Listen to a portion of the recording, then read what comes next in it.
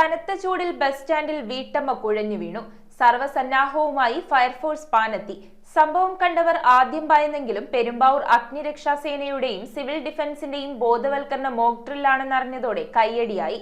അഗ്നിശമന സേന ദിനത്തോടനുബന്ധിച്ച് വേനൽക്കാലത്തെ അടിയന്തര സാഹചര്യങ്ങൾ നേരിടാൻ പൊതുജനങ്ങളെ പ്രാപ്തരാക്കുന്നതിനായാണ് മോക്ക് ഡ്രിൽ സംഘടിപ്പിച്ചത്. സ്വകാര്യ ബസ് സ്റ്റാൻഡിലാണ് വീട്ടമ്മ കുഴഞ്ഞു വീണത്. കൂടെ നിന്നവർ എന്തു ചെയ്യണമെന്നറിയാതെ ഭയപ്പെട്ടുപോയ സാഹചര്യം. ഉടനെ ഫയർഫോഴ്സിൽ വിവരമറിയിച്ചു. സർവ്വസന്നാഹവുമായി അധികൃതർ പാനെത്തി.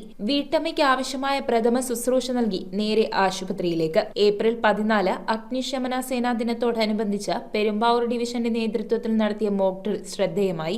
ആളുകളിൽ ആദ്യം ഭയവും പിന്നീട് ആകാംക്ഷയും തുടർന്ന് ആശ്വാസം ജനിപ്പിച്ച സംഭവം മോക്ക് ഡ്രില്ലാണെന്നറിഞ്ഞതോടെ പൊതുജനങ്ങൾ ഫയർഫോഴ്സിന് വലിയ കയ്യടി നൽകി സ്വീകരിച്ചു. ഇപ്പോഴത്തെ ചൂട് കൂടിയ സാഹചര്യത്തിൽ അവിചാരിതമായി ഉണ്ടാകുന്ന ഇത്തരം സംഭവങ്ങളിൽ പൊതുജനം എങ്ങനെ ഇടപെടണമെന്ന ബോധവൽക്കരണവും ഫയർഫോഴ്സ് നൽകി. പെരുമ്പാവൂർ അഗ്നിശമന സേനാ വിഭാഗവും സിവിൽ ഡിഫൻസും ചേർന്നാണ് ഇതുപോലൊരു ബോധവൽക്കരണ പരിപാടിക്ക് നേതൃത്വം നൽകിയത്. ഫയർ ഡേ ആണ് 1944 ഏപ്രിൽ 14 അപ്പൊ ഈ ഫയർമാൻമാരുടെ ത്യാഗത്തെക്കുറിച്ചും അവരുടെ സേവനത്തെക്കുറിച്ചും ജനങ്ങൾക്ക് അവബോധം സൃഷ്ടിക്കണം.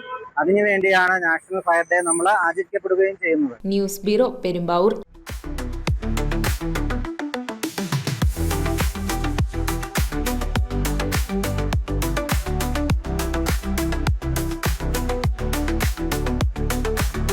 Vasanai Care Hospital.